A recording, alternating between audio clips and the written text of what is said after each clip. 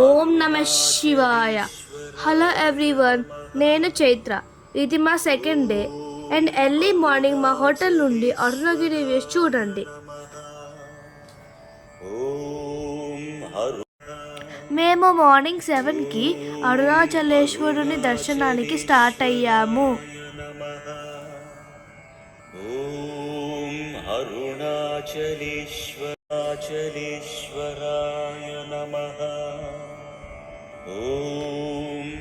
Early morning అవ్వడం వలన పొగమంచు అరుణగిరి పై భాగాన్ని కప్పివేసింది. అరుణాచలేశ్వరాయ నమః. ఓం అరుణాచలేశ్వరాయ నమః. ఓం అరుణాచలేశ్వరాయ నమః. ఓం అరుణాచలేశ్వరాయ. అది చూడడానికి శివుని జటాజూటంలా కనిపించింది. ఓం నమ శివాయ. మేము సర్వదర్శనానికి వెళ్ళడం వలన మాకు దాదాపు 2.5 గంటల సమయం దర్శనానికి పట్టింది. దర్శనానికి క్యూలో వెళ్తున్నప్పుడు ఆలయ మండపంలో ఎన్నో వివాహాలు జరగడం గమనించాము. ఇది అగ్నిలింగం కావడం వలన గర్భగుడిలో వేడిని మన పాదాల స్పర్శతో అనుభూతి చెందవచ్చును.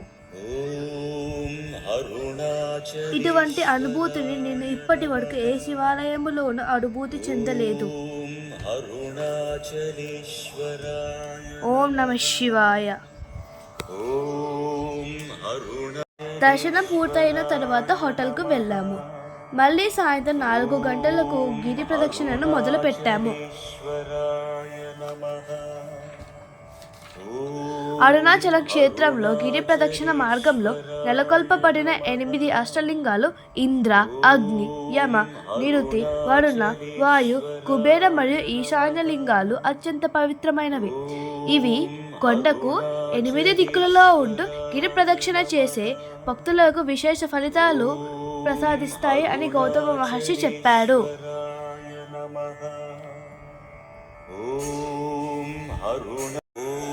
మేము గిరి ప్రదక్షిణను ఇంద్రలింగం నుండి మొదలు పెట్టాము. ఈ లింగాన్ని ఇంద్రుడు ప్రతిష్ఠించాడు. ఇది విద్య, సంపద మరియు కీర్తిని ఇస్తుంది. అరుణాచలేశ్వరాయ నమః. ఓం అరుణాచలేశ్వరాయ నమః. రెండవది అగ్నిలింగం. దీనిని అగ్నిదేవుడు ప్రతిష్ఠించాడు. అష్టలింగాలలో 3వది యమలింగం. ఈ లింగాన్ని యమధర్మరాజు ప్రతిష్ఠించాడు. ఈ లింగము ఆయుష్ను పెంచుతుంది మరియు భయాన్ని పోగొడుతుంది అని నమ్ముతాడు.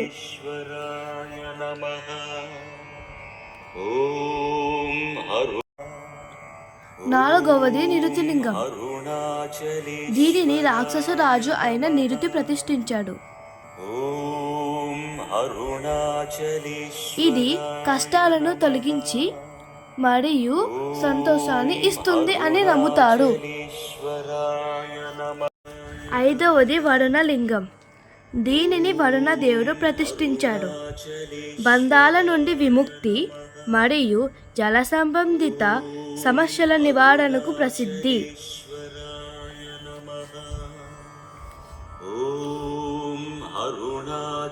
6వది వాయులింగం. దీనిని వాయుదేవుడు ప్రతిష్ఠించాడు.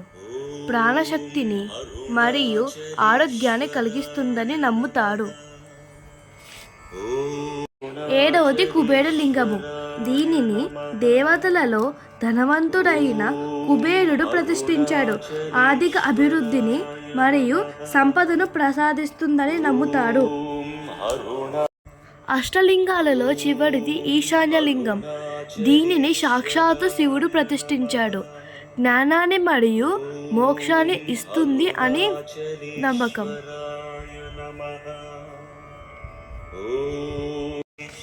పౌర్ణమి రోజుల్లో గిరి ప్రదక్షిణ చేసే భక్తుల సంఖ్య ఎక్కువగా ఉంటుంది. గిరి ప్రదక్షిణ మార్గంలో కుబేరలింగాన్ని దాటిన తర్వాత కుడివైపున మోక్ష మార్గం కనిపిస్తుంది. ఈ మార్గం ద్వారా వెళ్ళడం వలన మోక్షం లభిస్తుందని భక్తుల విశ్వాసం. మేము కూడా మోక్ష మార్గం నుండి వెళ్ళాము. గిరి ప్రదక్షిణ మార్గంలో రోడ్డుకి ఎడమ వైపున మాకు నెమలి కనిపించింది. ఫైనల్లీ మేము గిరి ప్రదక్షిణను సాయంత్రం 4 గంటలకు మొదలుపెట్టి రాత్రి 9 గంటలకు కంప్లీట్ చేశాము. This is one of my biggest achievement. Thank you. ఓం నమః శివాయ.